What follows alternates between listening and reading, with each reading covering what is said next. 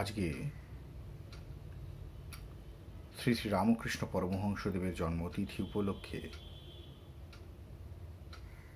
স্বামী বিবেকানন্দ আমাদের সম্ভাবনা অখিল ভারত বিবেকানন্দ যুব মহামণ্ডল এর শ্রী নবনীহরণ মুখোপাধ্যায়ের লিখিত পুস্তকের শ্রীরামকৃষ্ণ ভবিষ্যৎ ভারত প্রণিধানযোগ্য এই প্রবন্ধটি পাঠ করার চেষ্টা করছি।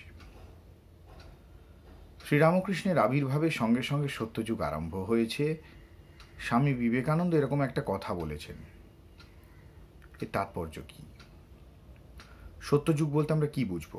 শ্রীরামকৃষ্ণ এলেন আর যত অনাচার আবিলতা দূর হয়ে গেল, সব কিছু সুন্দর হয়ে উঠল, মানুষ হয়ে উঠল সত্যের পূজারী, তাই কি? এদিকে শাস্ত্র বলছেন কলি শয়ান ভবতি সঞ্জিহানস্তু দাপর উত্তিষ্ঠং স্ত্রেতা ভবতি কৃতং সংপদ্যতি চরণ চরৈবেতি চরৈবেতি।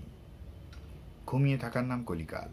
ঘুম ভেঙে গেলে দাপরে বাস, দাঁড়িয়ে উঠলে ত্রেতায়, আর চলতে শুরু করলে সত্যযুগে থাকা। সেই জন্য সত্যযুগের লক্ষণ হল এগিয়ে চলা। চরৈবেতি চরৈবেতি।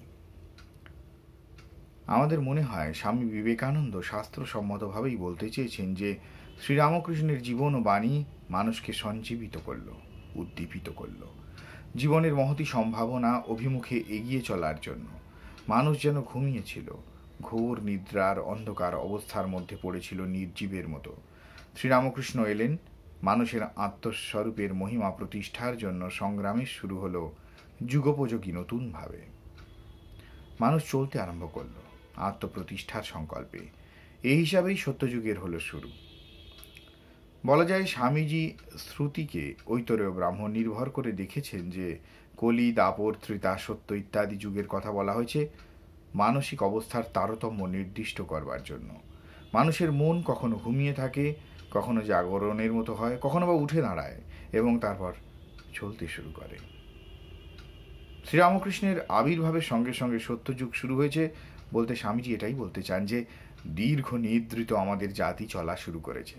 এটা আমাদের ভাবা উচিত, বোঝা উচিত এবং বিশ্বাসও করা উচিত যে সত্যই আমরা এগোচ্ছি। শ্রীরামকৃষ্ণ এলেন আর মানুষে মানুষে সমস্ত বিভেদ মুছে গেল। ধনী দরিদ্র, শিক্ষিত অশিক্ষিত, ব্রাহ্মণ চণ্ডাল, এমনকি স্ত্রী পুরুষ সকল প্রকারের বিভেদ দূর হয়ে গেল।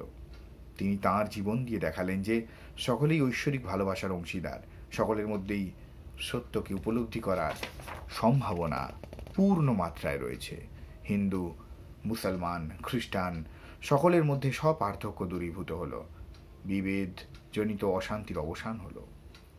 স্বামীজি যখন একথা বলছেন তখন তাঁর দৃষ্টি নিবদ্ধ ঠাকুরের জীবনের ভেতরে এবং স্বামীজি এই ভাবের প্রকাশ দেখতে পাচ্ছেন সেখানে। তাই যা ভবিষ্যতে রূপায়িত হতে চলেছে ঠাকুরের জীবন ও বাণীর যথার্থ অনুসরণের মধ্য দিয়ে তাকে তিনি ঘটনা যেন ঘটে গেছে এই রকম দেখছেন। আর তাছাড়া তাঁর দৃষ্টিতে ভবিষ্যৎটা বর্তমানের মতো লাগলেও আশ্চর্যের কিছু নেই। শ্রীরামকৃষ্ণের মতো এমন পূর্ণতা সম্পন্ন চরিত্র যা স্বামীজির মতে শ্রীকৃষ্ণ ও রামচন্দ্র চরিত্রকেও হার মানায়, আজকের দিনে নতুন সম্ভাবনার সূচনা করল। ঠাকুরের চরিত্রকে কেন্দ্র করে আমাদের জীবনের আমূল পরিবর্তন আবশ্যিকভাবেই ঘটে যাবে। শ্রীরামকৃষ্ণকে আমরা আমাদের দৃষ্টির বিভিন্নতার কারণে যেভাবেই দেখি না কেন তার প্রভাব আমাদের উপর বর্তাবেই। তাকে মানুষ বলি, মহাপুরুষ বলি, অবতার বলি অথবা ভগবান, যে যাই বলি না কেন তাঁর প্রতি শ্রদ্ধা শত উৎসাহিত হতে বাধ্য এবং সেই শ্রদ্ধার ভাবের ঐকান্তিকতাই আমাদের জীবনের মোড় ঘুরিয়ে দেবে, আমাদের মানুষ করে তুলবে। শ্রীরামকৃষ্ণ আমাদের পরিত্রাতাই হন, আচার্যই হন, অনুসরণীয় আদর্শ ব্যক্তিই হন। সব হিসেবেই তিনি অনন্য ভাবের ধারক এবং বাহক। যে ভাব হলো বিভেদের মধ্যে ঐক্য, সকল মানুষের সকল গুণের এক অবিকৃত সমন্বয়। আমরা সত্যযুগে আদর্শ রাষ্ট্রের কল্পনা করি। এক জাতি, এক প্রাণ, এক বোধ প্রতিষ্ঠা হবে, শান্তি থাকবে, সমন্বয় থাকবে।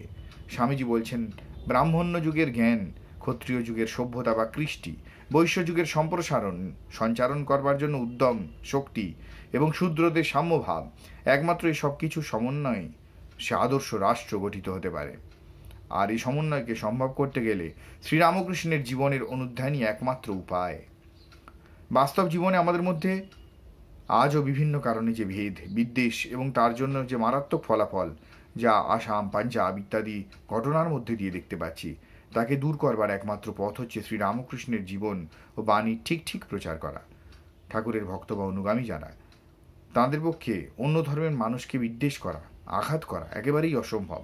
যারা বলবেন তারা ঠাকুরকে মানেন, তাকে অনুসরণ করেন, অথচ ধর্মের নামে বিদ্বেষ পোষণ করবেন, অর্থের নামে মানুষকে ছোট বড় দেখবেন, তারা আর যাই হন শ্রীরামকৃষ্ণের অনুগামী নন। তাঁদের পক্ষে ঠাকুরের নাম করা শোভা পায় না। সত্যযুগের যে আদর্শ, সেটা বাস্তবায়িত হতে পারে যদি শ্রীরামকৃষ্ণের অনুগামীরা যথার্থই তাঁকে অনুসরণ করেন। তবেই ভারতবর্ষ তথা পৃথিবীর পুনরুজ্জীবন সম্ভব হবে। স্বামীজি যুবকদের আহ্বান করে বলেছেন যে, ওঠো যুবকরা, তোমরা কাজ শুরু করে দাও, ধর্ম আবার জাগবে। ধর্ম অর্থে বৈদিক ধর্ম, যাতে সর্বজীবের ঐক্যের কথা বলা হয়েছে, যার মূল মন্ত্র সর্বং খলবিদং ব্রহ্ম তত্ত্বমসি। নূতন ভারত বেরুক লাঙ্গল ধরে, চাষার কুটির ভেদ করে, জেলে মালা মুচি ম্যাথরের ঝুপড়ির মধ্যে হতে। অর্থাৎ নতুন ভারতবর্ষ আসুক অবহেলিতদের মধ্য থেকে, পুরাতন ধর্মের সারকে আত্মস্থ করে। এটা হলে এই হবে যে সকলকে সম্মান দেওয়া যাবে, সকলকে ভালোবাসা যাবে।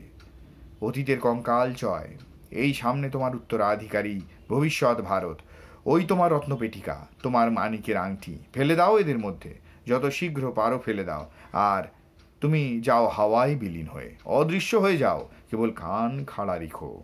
তোমার যাই বিলীন হওয়া, অমনি শুনবে কোটি জিমুতস্যন্দি ত্রৈলক্য কম্পনকারী ভবিষ্যৎ ভারতের উদ্বোধন ধ্বনি, ওয়াহ গুরু কি ফতে। স্বামীজির বলা এই রকম কথাগুলি শ্রীরামকৃষ্ণের আবির্ভাবের গুরুত্ব নির্দেশ করে এবং সত্যযুগের প্রতিষ্ঠার সংকল্প বহন করে। আমাদের এটা বোঝা দরকার এবং এইভাবে কাজ করে চলার জন্য সচেষ্ট হওয়া প্রয়োজন, কেননা ভবিষ্যৎ ভারতের গৌরবময় দিনগুলি আগত প্রায়।